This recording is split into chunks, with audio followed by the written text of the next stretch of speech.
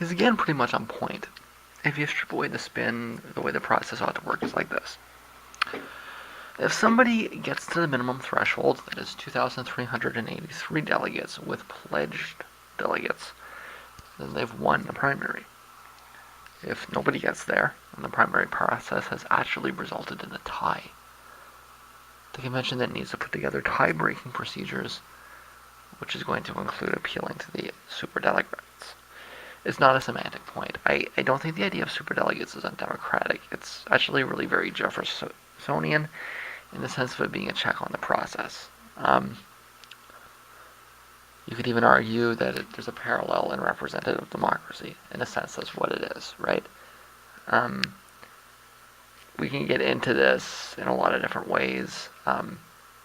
The British parliamentary system was never designed to have any kind of concept of direct democracy. It was always about representatives. It was about people electing representatives and then allowing those representatives to make choices, right? Most of the superdelegates are in fact elected.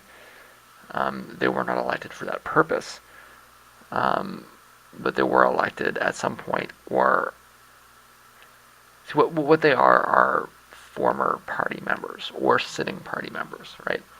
So the superdelegates would include the current House members, former House members, and et cetera, et cetera. So I mean, they essentially all of them have been elected at some point or another, but not for that purpose, right? So even the idea of calling them unelected isn't really right. But I mean, if you look at the American system and how it's about checks and balances, the superdelegates make, like I say, they might not make sense to you if you're looking at democracy as a concept of direct democracy, but in the context of what American democracy is, it makes perfect sense. And this is kind of a long debate, a long winding debate about American history that there's not really any reason to get into, other than to point out that it's very much in the tradition of the United States and the system that the United States has had in place for however many centuries, right? And if you want a good example of what the superdelegates would be used for, let's say that somebody crazy like Donald Trump is leading going into the convention. That's what a superdelegate would be there for. Would be to stop them from actually winning. And if there's riots, it's too bad, right? It's that's what the superdelegates are there for, right? And this, I mean, like I say, it's ultimately a question of what you think democracy is, right? The American form of democracy, which is not a form of direct democracy, in fact, it's a republic, really requires some checks in the form of things like bills of rights, constitutions, procedural rules, and in this case, superdelegates, right? You can bring the concept of the tyranny of majorities, and et cetera, et cetera. You could also argue that it's designed to uphold, sort of the party status quo, and there's certainly plenty of people yelling about stuff like that going back quite a long ways. I mean, that's why they changed the system to what it is right now, supposedly, right? But I don't want to reject it outright, but a political party is not going to be very successful if it's ignoring the will of its voters, right? So, like, it's kind of a stupid idea to think that the party would just ignore everybody and put their own person in place, right? And that they would design a system so they could do that. That's kind of it's nonsensical when you think about it for a minute. The purpose of the superdelegates is a check. I think that's pretty clear, right? Not some nefarious ploy, but a legitimate part of how the American political process is designed. And you see these kinds of things all over the American political process. Okay. you essentially cannot accomplish anything in Washington without a supermajority. Okay, you don't win votes in the United States with 50%. You win votes in the United States with 60%. Okay, that's how most of Washington works. It's the truth. Um, so seeing the Democratic primary set up in a similar way, and if you do the math, it works out that she needs, I think it's 58.8, right, which is like, it's like a geometric series out of 60, right? If you subtract, 1 over x, and a sum of 1 over x as it's coming up, right? And you want to, because you've got to ask the question: what happens if you get, if you set the limit at 60, then what happens if you get to 59.8? Well, it's almost 60, but it's not 60, and then you get this ambiguity, right? If you set it at 58.8, it's not just less than 59. Sorry, it's not just less than 60. It's less than 59, right? And it's like a limit. I doubt they did any math, but that's what it looks like, anyways, right? It's like the closest that you can get to 60 without being 60, and still, not have these kinds of questions arise, right? So, I'm not even an American, but if I was, and I was a Democrat, I really wouldn't have any fundamental pushback against the idea of superdelegates. And if you look at things I said a few months ago, I've remained consistent. What I would argue is that the way that the system works right now, which is that superdelegates make their choices, before people even start voting, that doesn't make any sense. Okay. What I would argue is that when you have a tie like this, and it's a tie because nobody got to 2383, okay, but when you have a tie, those votes should be up for persuasion. That's what Sanders is really arguing, right? So instead of walking into the convention with superdelegates having decided that they were going to vote a specific way months and months ago, because nobody actually won, because winning means getting to 2383, and nobody's going to get there, that's when the superdelegate process should kick in. There should be a competition for them, and then whoever wins the superdelegates wins the outcome. Because winning is not 50%, winning is not leading. Okay, those are concepts that apply to direct democracy, which is not what the United States is. The United States is a constitutional republic that requires a supermajority for almost everything. Okay, winning means getting to 60%, and if Clinton doesn't get to 60%, then I think there's a very strong argument that she doesn't win. Even if she has more votes, even if she's over 50%, she hasn't actually reached the threshold, right? And it's like I say, it's not a direct democracy type of concept of democracy.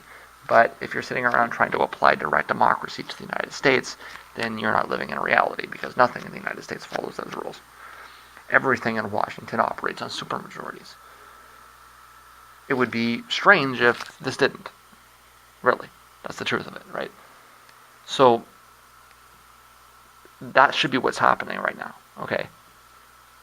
They shouldn't be going into the convention with the result determined.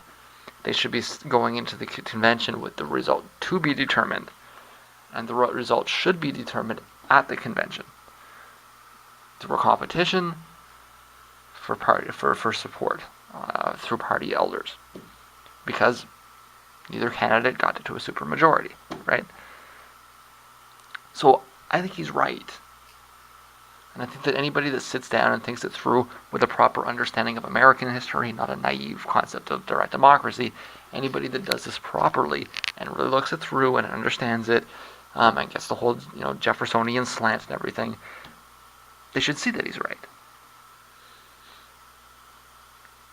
And the more you think about it and the more you analyze it, the more you realize how right he is.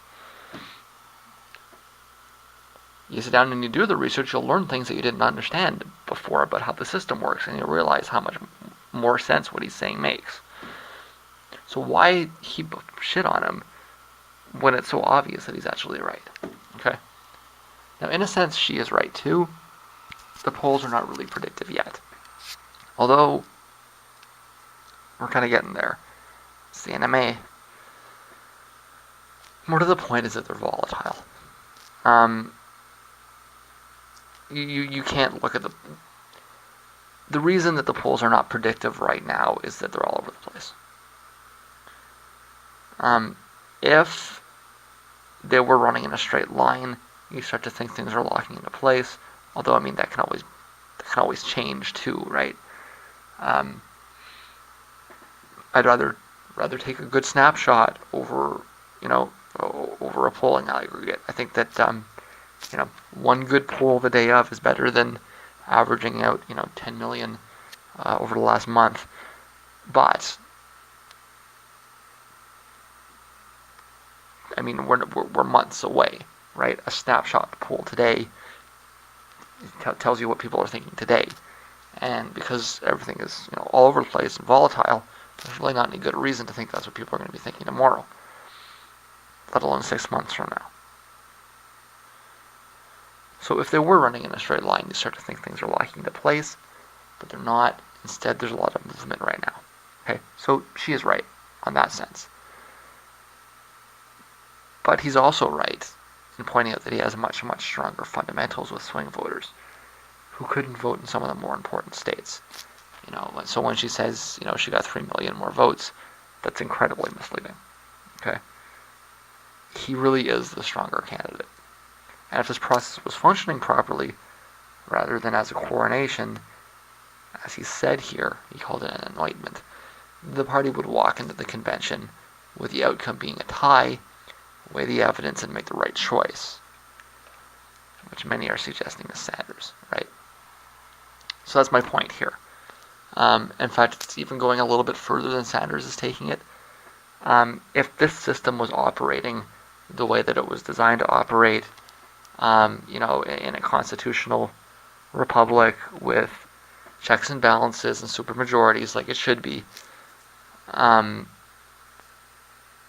party wouldn't be walking into the convention with the understanding that Clinton has won, but would be walking into the convention with the understanding that the results of the voters was an undetermined outcome, and there needs to be tie-breaking procedures put in place so that the party brass can be convinced as to which candidate is stronger. And voters should not get upset about that, but should rather acknowledge that that's the role of these officials in this circumstance. When you have an unclear primary result, what else are they going to do? Play rock, paper, scissors? This is their job. It's what they do, right? And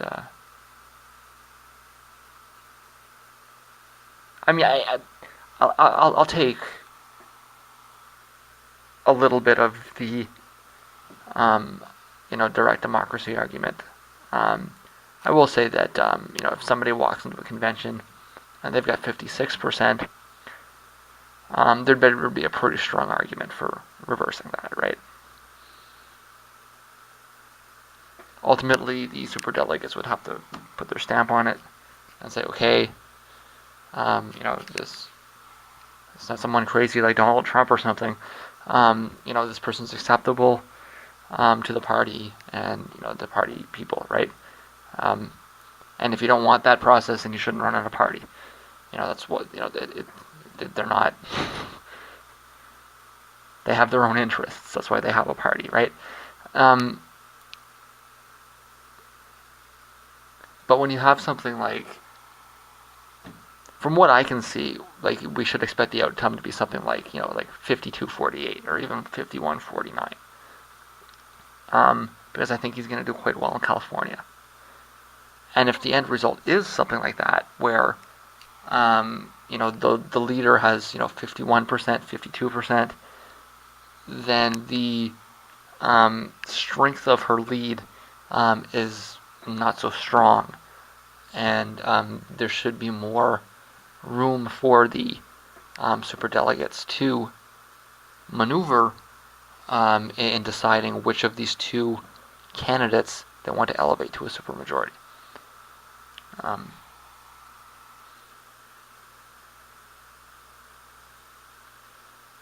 Again, I'm not pretending this is direct democracy, but you know, it would be you that's pretending that the United States is a direct democracy when there's nothing remotely of the sort anywhere in the country. This is what I'm describing is the way that an American system should work based on the rules of American democracy, which are not direct democracy anywhere.